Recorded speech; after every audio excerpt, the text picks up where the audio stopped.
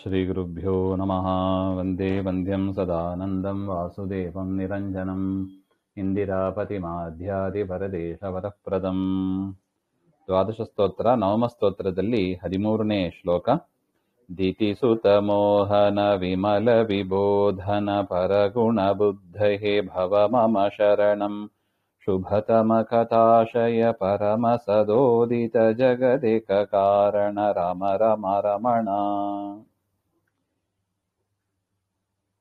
ಇಲ್ಲಿ ಈ ಶ್ಲೋಕದಲ್ಲಿ ಕೃಷ್ಣಾವತಾರ ಆದ ಮೇಲೆ ಬುದ್ಧಾವತಾರ, ಹೇ ಬುದ್ಧ ಅಂತ ಇದೆ.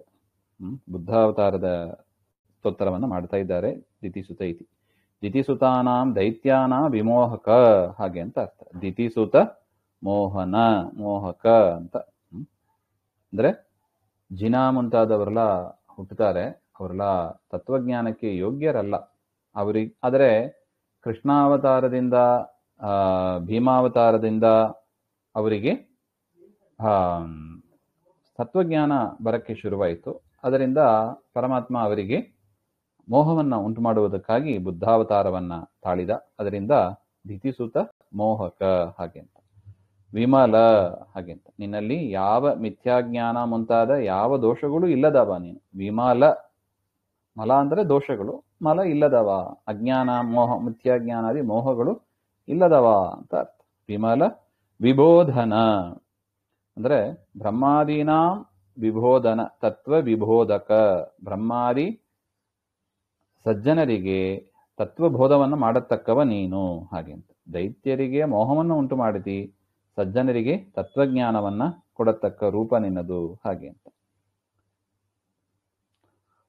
ಪರಗುಣ, ಉತ್ಕೃಷ್ಟವಾದ ಗುಣಸ್ವರೂಪನೇ ಅಂತ ಅರ್ಥ. ಪರಗುಣ, ಬುದ್ಧ, ಬುದ್ಧಾವತಾರ, ಹಾಗೆ ಅಂತ ಅರ್ಥ. ತ್ವಂ ಮಮ ಶರಣಂ ಭವ, ನೀನು ನನಗೆ ರಕ್ಷಕನಾಗು, ಹಾಗೆ ಅಂತ ಅರ್ಥ.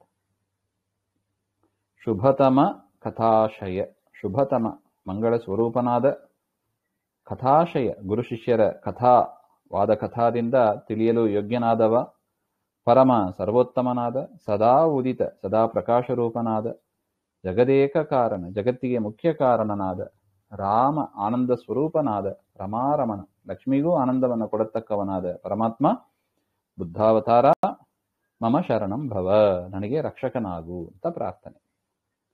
ದಿತಿಸುತ ಮೋಹನ ವಿಮಲ ವಿಬೋಧನ ಪರಗುಣ ಬುದ್ಧ ಹೇ ಭವ ಮಮ ಶರಣಂ ಶುಭತಮ ಕಥಾಶಯ ಪರಮ ಸದೋದಿತ ಜಗದೇಕ ಕಾರಣ ರಾಮ ರಮಾ ರಮಣ.